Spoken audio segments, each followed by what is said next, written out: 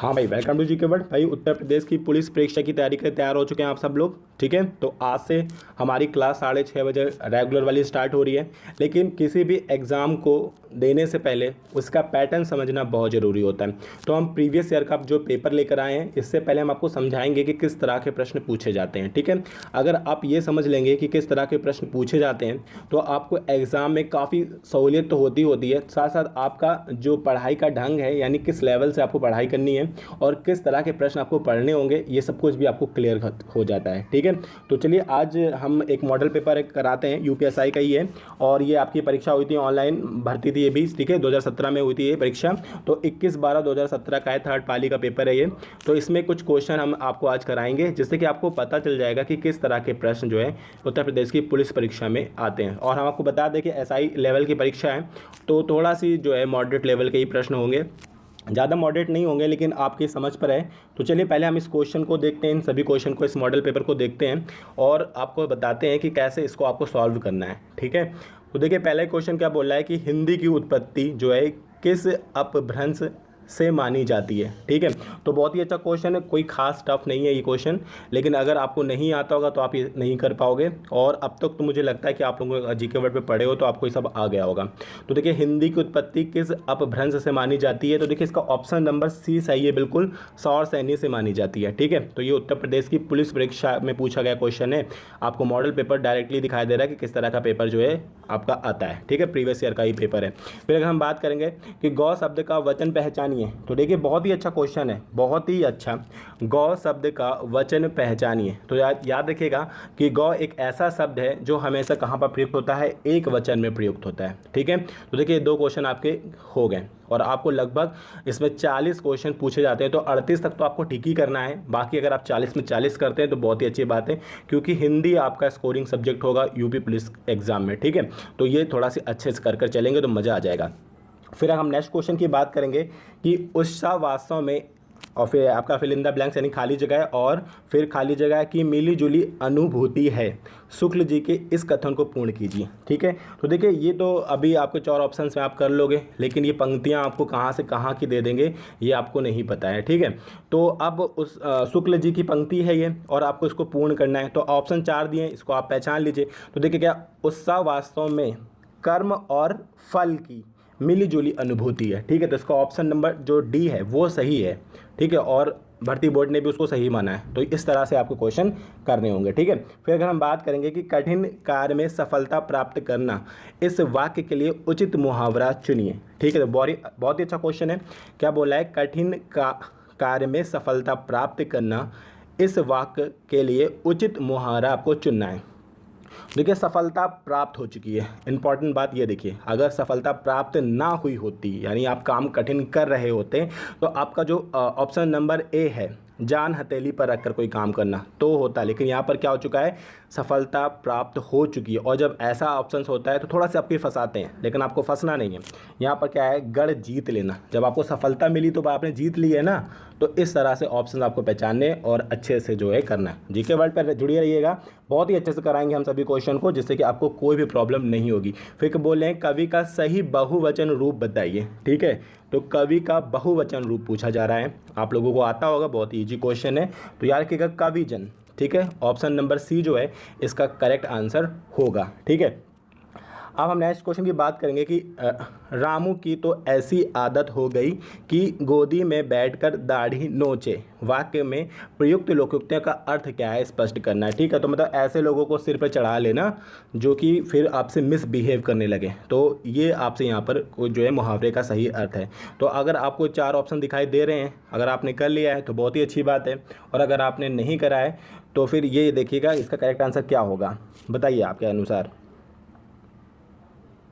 तो देखिए भलाई पर भी दुष्टता करना, यानी आप किसी के साथ भलाई कर रहे हैं और वो आपके साथ क्या कर रहा है, दुष्टता कर रहा है, ठीक है। ये है इसका करेक्ट आंसर। फिर नेक्स्ट क्वेश्चन क्या कि प्रेरणा स्टूडियो जाएगी में काल का भेद बताइए। देखिए काल पूछा जाता है, यानी टाइम पीरियड पूछा जाता है, भविष्यकाल में है या भूतकाल में है या फिर ये बीते हुए काल में इस तरह का जो क्वेश्चन पूछे जाते हैं। तो आपसे पूछा जा रहा है कि प्रेरणा स्टूडियो जाएगी में काल कौन सा? सिंपल सी बात है, बहुत ही सामान्य भविष्य काल है ये, क्योंकि जाएगी, क्योंकि कंफर्म है कि जाएगी, लेकिन अभी ये नहीं पता है कब जाएगी, पर जाएगी तो भविष्य काल है ये, ठीक है।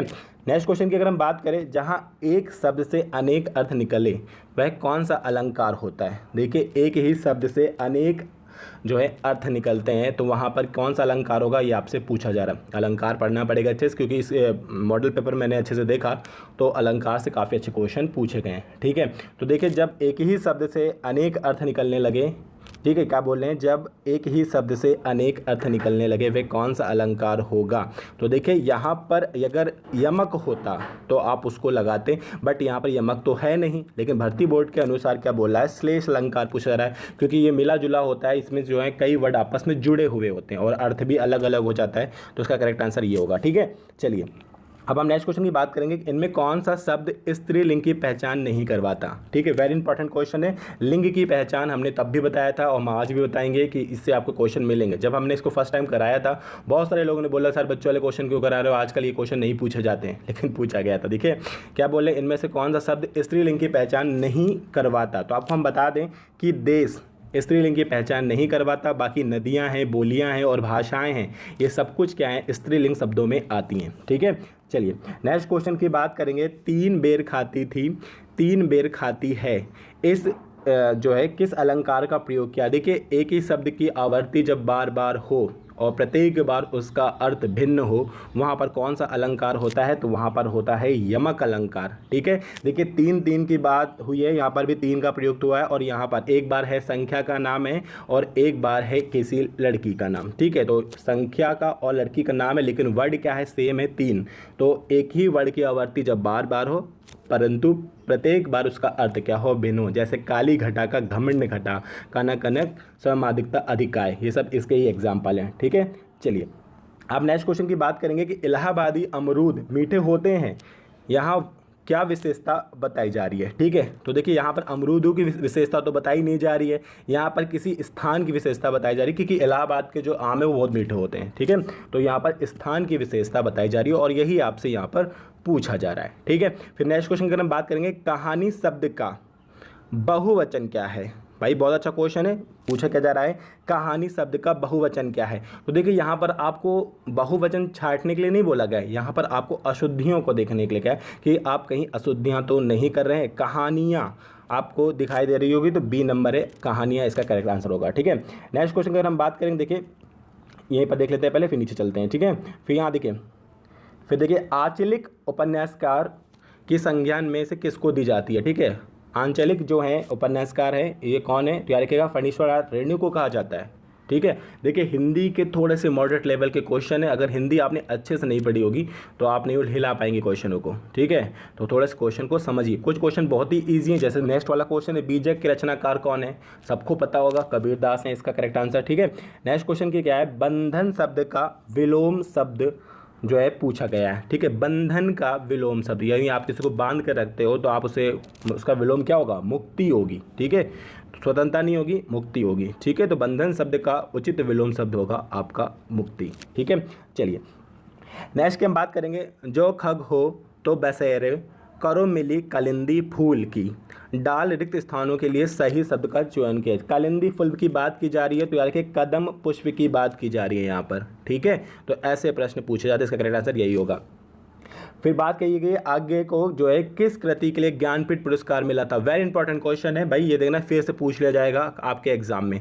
आगे को जो है किस फिल्म जो है किस के लिए जो है ज्ञानपीठ पुरस्कार जो मिला था, तो आपको याद रखना है कितनी नावों में कितनी बार, ठीक है। चलिए, फिर नेक्स्ट क्वेश्चन की हम बात करेंगे, संयोग शब्द में उपसर्ग का मूल शब्द कौन सा है, ठीक है। संयोग में तो आपको याद रखना, ये जो अंक की बिंदु थी वो माँ कहलाती है, आधा माँ, तो ठीक है, करेक्ट आंसर होगा समयोग, ठीक है।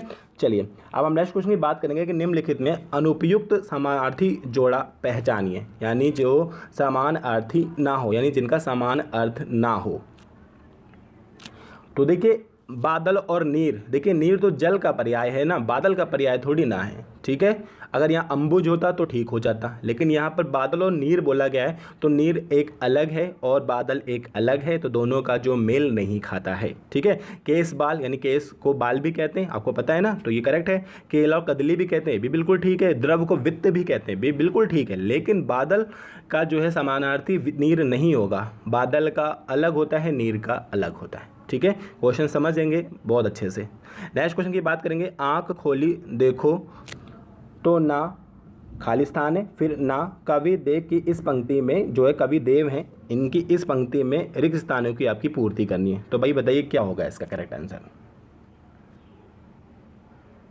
तो देखिए आंखें खोली देखो तो ना घन और ना ही घनश्याम, ठीक है, ये इसका करेक्ट आंसर है। भारतीय बोर्ड ने इसको ही सही माना है, ठीक है। नेक्स्ट क्वेश्चन की बात करेंगे, ऊषा उदास आती है में कौन सा अलंकार है। हमने आपसे बोला ना अलंकार के काफ़ी क्वेश्चन पूछे गए हैं। तो देखिए जब किसी व्यक्तिगत रूप की बात करने लगे, ठीक है, व्यक्तिगत की रूप की बात करी, ऊषा की बात करी जा रही है और कुछ नहीं बोला गया है, ऊषा उदास आती है, तो ये क्या है, मानवीकरण जो है अलंकार है, ठीक है।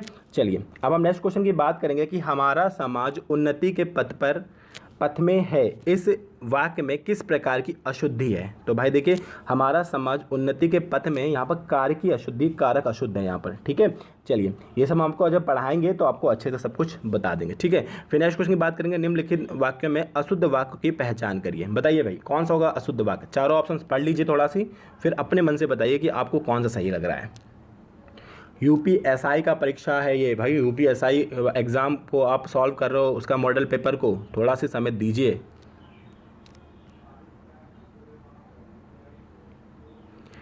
तो देखिए मेरे पिता ने मेरे से कहा, तो ये गलत है भाई, पिता ने मेरे से नहीं मुझसे कहा होगा, मेरे से क्यों कहेंगे भाई, तो ये गलत है, ये अशुद्ध है, ठीक है।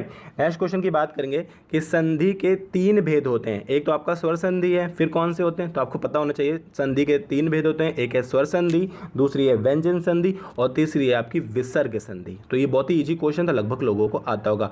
सौमित्र शब्द निम्नलिखित में किसका समानार्थी है, तो बहुत ही अच्छा क्वेश्चन, बहुत ही ईजी है। लक्ष्मण जी का जो है सौमित्र शब्द पर्याय माना जाता है, ठीक है, समानार्थी भी माना जाता है।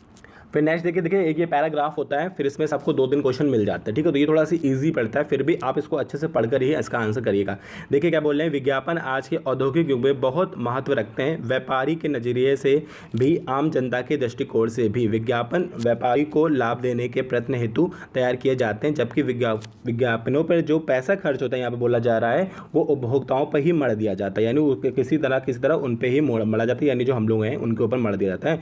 वस्तु लागत बढ़ जाने से उनके मूल्य में भी वृद्धि हो जाती है। ये एक पैराग्राफ है, आप इनसे ही क्वेश्चन आपके जो है 2-3 तो पूछे जाते हैं, देख लीजिए कैसे, किसके द्वारा उपभोक्ताओं को परोक्ष रूप से शोषण किया जा रहा है, तो विज्ञापनों के, भाई यही इसका ऑप्शन है, ठीक है। फिर क्या विज्ञापन किसके लिए लाभदायक होते हैं, तो सिंपल सी बात है, व्यापारियों के लिए लाभदायक होते हैं, हमारे लिए भी होते हैं पर हमारे लिए कुछ खास नहीं होते, सबसे ज़्यादा होते हैं व्यापारियों के लिए, ठीक है।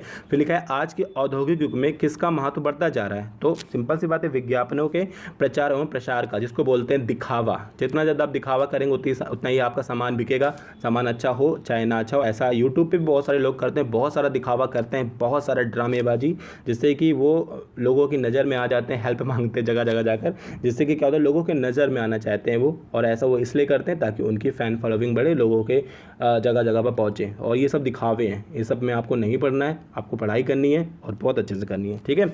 चलिए फिर नेक्स्ट क्वेश्चन की बात करेंगे, श्री लाल शुक्ल को उनकी किस कृति पर जो है व्यास सम्मान प्रदान किया गया था, तो आपको याद रखना है विश्रामपुर का संत, इसके लिए इन्हें जो है व्यास सम्मान दिया गया था, ठीक है।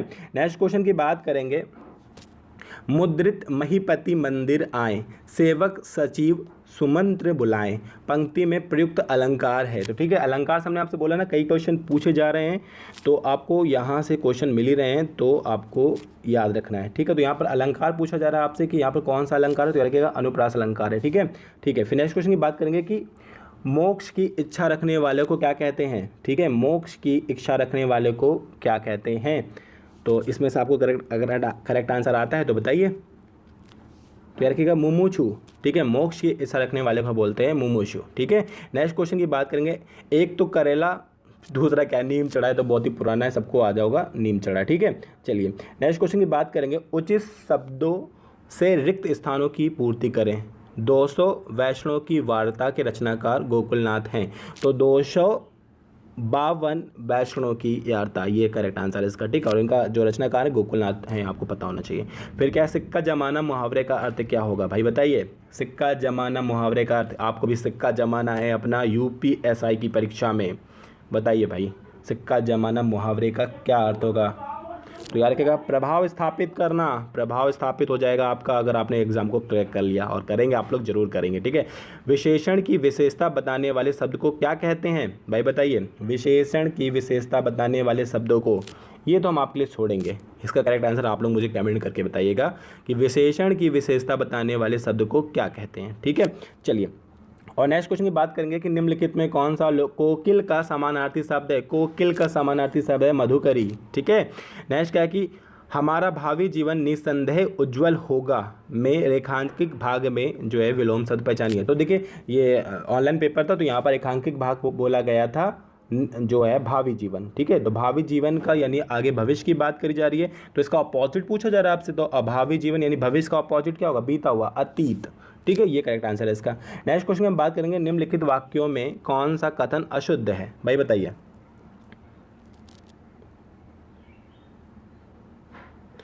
तो देखिए यहाँ पर करेक्ट आंसर है कल लोगों की भीड़ जमेगी, नहीं भाई कल लोगों की भीड़ लगेगी हो सकता है, जमेगी क्या होता है, या जमा होगी होता तो भी ठीक था, लेकिन ये गलत है, ठीक है। फिर नेक्स्ट क्वेश्चन की बात करेंगे भवानी शब्द का पुल्लिंग जो है शब्द क्या होगा भाई। लिंग पहचान बहुत पूछा जाता है, फिर से याद रखे, पढ़ना है आपको ये, ठीक है। भवानी शब्द का पुल्लिंग शब्द क्या होगा, तो याद रखिए भवानी का भगवान होगा, ठीक है। तो देखिए ये हिंदी का जो है मॉडल पेपर था, आपको हमने दिखाया कि किस तरह से आपके यूपीएसआई के अंदर जो है क्वेश्चन पूछे जाते हैं। अभी हम नेक्स्ट जो वीडियो लेकर आएंगे उसमें आपको और भी चीज़ बताएंगे, मूल विधि, संविधान और सामान्य अध्ययन से भी बताएंगे कि कैसे क्वेश्चन पूछे जाते हैं, जिससे कि आपको एक बड़ा आइडिया लग जाएगा कि किस तरह के क्वेश्चन आपको तैयार करने हैं। और बाकी हम फिर बोलेंगे, आपको परेशान होने की जरूरत नहीं है, ये सारा काम हम करेंगे, बस आपको अच्छे से पढ़ाई करनी है। बस आज से सोच लीजिए कि आपको पढ़ाई करनी है और बहुत अच्छे से करनी है, ठीक है। तो अगर ये वीडियो अच्छा लगा तो प्लीज़ लाइक करें, जीके वर्ड के साथ बने रहें। अगर आप न्यू हैं तो सब्सक्राइब करें, बहुत अच्छे से तैयारी करानी है, दिसंबर दूर नहीं, और वहाँ पर आपको अपने झंडे गाड़ने, ठीक है। Thank you.